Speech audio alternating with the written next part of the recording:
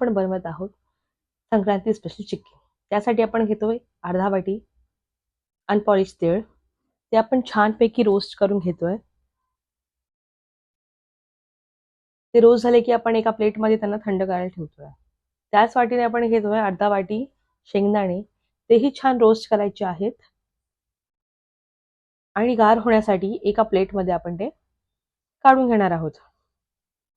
त्यानंतर एका मिक्सरच्या भांड्यामध्ये सोललेले शेंगदाणे छान बारीक वाटायचे आहेत.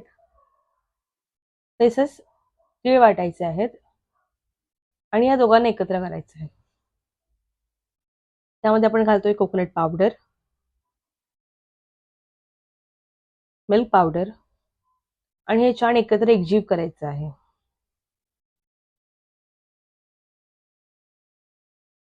एका कढईमध्ये 2 चमचे तूप घालून त्यात आपण घालतो आहे गूळ. तो गूळ आपल्याला छान असा वितळून घ्यायचा आहे.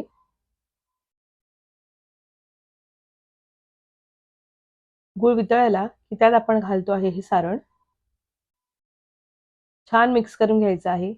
त्यात आपण घालणार आहोत वेलचीची पूड. परत मिक्स करून घ्यायचं आहे. एका प्लेटला छान तूप ग्रीस करून घ्यायचं आहे.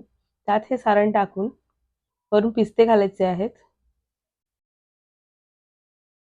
थोडा रेस्ट देऊन चिक्की कट करून रेडी आहे आपली शेंगदाण्या तिळाची चिक्की.